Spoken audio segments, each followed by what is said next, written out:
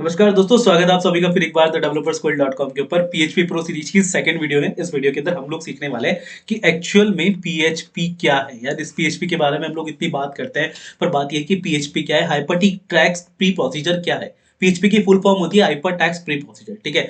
अब इस लैंग्वेज को सीखने के लिए आप लोगों के पास में प्री रिक्वायरिटीज क्या होनी चाहिए, मतलब क्या क्या आप लोगों को पहले से आना चाहिए, ये भी तो जरूरी है। तो आज हम लोग जो पीएचपी के ऊपर बात करने वाले हैं, इसके लिए अगर सबसे पहले अगर आप लोगों को HTML आता है, HTML अगर आप लोगों को आता है तो बहुत बेटर रहेगा, ठीक है। HTML आप लोगों को आना जरूरी है। सेकेंडली अगर आप लोगों को CSS की थोड़ी नॉलेज है तो अच्छा होगा।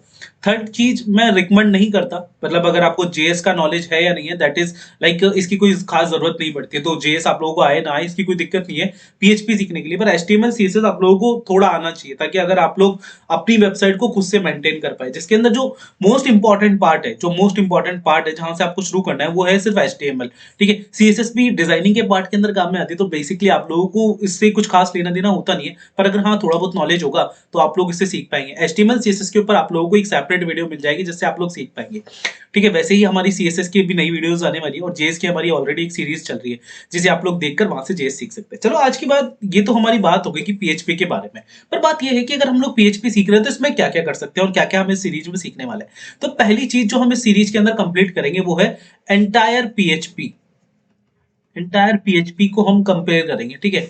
मतलब पीएचपी के अंदर जो कुछ भी है ना, जितना भी कुछ है पीएचपी के अंदर, सब कुछ हम लोग इसके अंदर पढ़ लेंगे, ठीक है।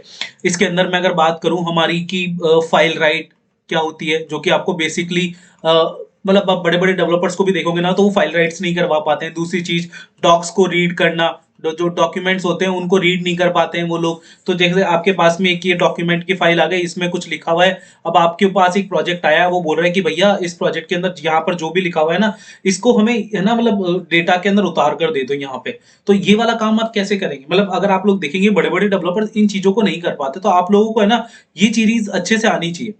अगर आप लोगों को ये चीज आती है, मतलब जैसे कि मान के चलिए मैं आप लोगों को एक एग्जांपल देता हूँ सेपरेटली कि किस तरीके के प्रोजेक्ट्स होते हैं। आप लोगों से क्लाइंट क्या चाहता है, मान लीजिए आप लोगों को पीएचपी लैंग्वेज आती है, तो आपके पास क्या प्रोजेक्ट हो सकता है। कोई मान लो एक आपके पास में बंदा आ गया, वो कह रहा है कि मुझे एक मल्टी लेवल मार्केटिंग वेबसाइट बनानी है, मल्टी लेवल मार्केट वेबसाइट बनानी है, ठीक है। एक ये हो सकता है। चलो इसको भी हटा देते हैं, एक सिंपल एग्जांपल के ऊपर चलते हैं। मान लो कोई एक बंदा आया जिसको एक ब्लॉग की वेबसाइट बनवानी है, ठीक है। अब ब्लॉग की वेबसाइट बनवानी है तो मैं आपको अपनी वेबसाइट के ऊपर लेके चलता हूँ। मेरी वेबसाइट का नाम है thedeveloperschool.com। इसके अंदर मैंने होम, अबाउट, सारी चीजें जितनी भी डिजाइनिंग और एंटायर पार्ट है ना, ये सारा मतलब मेरा क्रिएट किया हुआ है। जितना भी एनिमेशन वगैरह आप सब चीजें देखेंगे ना, ये सर्विस वाला पार्ट, ये ब्लॉग वाला पार्ट, ये सारा पार्ट मैंने लिखा है, ठीक है। और ये पूरी वेबसाइट लारावेल के अंदर बनी हुई है, ठीक है। तो हम बात करते हैं कि एक आपके पास में बंदा आया, ठीक है, उसको एक ब्लॉग की वेबसाइट बनानी है। तो भाई ब्लॉग की वेबसाइट बनानी है, तो अब आप लोगों ने देखा कि जो मेरी वेबसाइट बनी हुई है उसमें HTML का यूज हुआ है, ठीक है। उसमें एक CSS का यूज हुआ है, मतलब डिजाइनिंग CSS के अंदर ही हम बूटस्ट्रैप, ठीक है, जो बूटस्ट्रैप होती है, या फिर टेलविंड CSS होती है, या फिर हम लोग कह सकते हैं कि जो SCSS होती है, मतलब जितनी भी CSS के पार्ट होते हैं ना वो सारे हम इसके अंदर शामिल कर लेते हैं, ठीक है। ये सारी बात होगी। अब दूसरी चीज हो गई, जब JS वाला पार्ट आया तो इसके अंदर हम मोस्टली jQuery का ही यूज कर रहे होंगे, ठीक है, या फिर हम कोर जावास्क्रिप्ट लिख रहे होंगे। पर ये सब बातें क्या है कि आप लोगों को आना जरूरी है। पर अगर आप लोगों ने देखा, मैंने इसमें कहीं भी पीएचपी का जिक्र नहीं किया, क्यों? पूरी वेबसाइट, पूरी वेबसाइट ब्रो, एंटायर एंटायर, आप समझ रहे हैं, एंटायर वेबसाइट किसके ऊपर बनी हुई है? पीएचपी के एक फ्रेमवर्क लारावेल के ऊपर।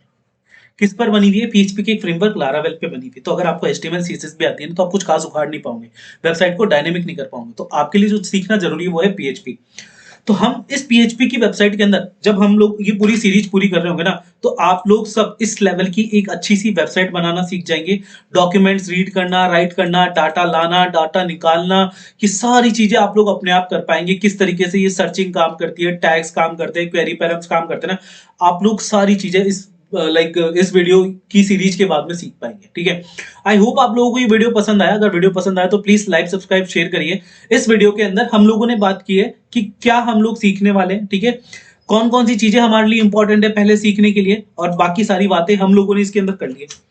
अब कुछ बातें मैं आप लोगों को बता देता हूं, है ना, कि आप लोगों को क्या करना है। सबसे पहले एक स्किल सेट लेके के लिए, मतलब सीखने के लिए आप लोगों के पास में एक लैपटॉप या एक कंप्यूटर होना चाहिए, है ना।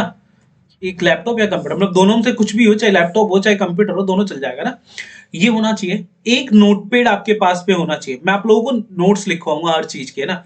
एक नोटपैड होना चाहिए ताकि आप लोग कहीं पे भी इंटरव्यू देने जा रहे हैं ना तो आप लोगों को इसके बारे में पता हो, ठीक है। आप लोग अपना टाइम दीजिए। वीडियो 10, 15, 20, 40, 50 कितने भी मिनट की हो पूरा वीडियो देखिए, ठीक है। मैं अपना टाइम दे रहा हूँ, आप लोग अपना टाइम दीजिए। आई होप आप लोगों को वीडियो पसंद आया और आप लोग इससे सीख पाए।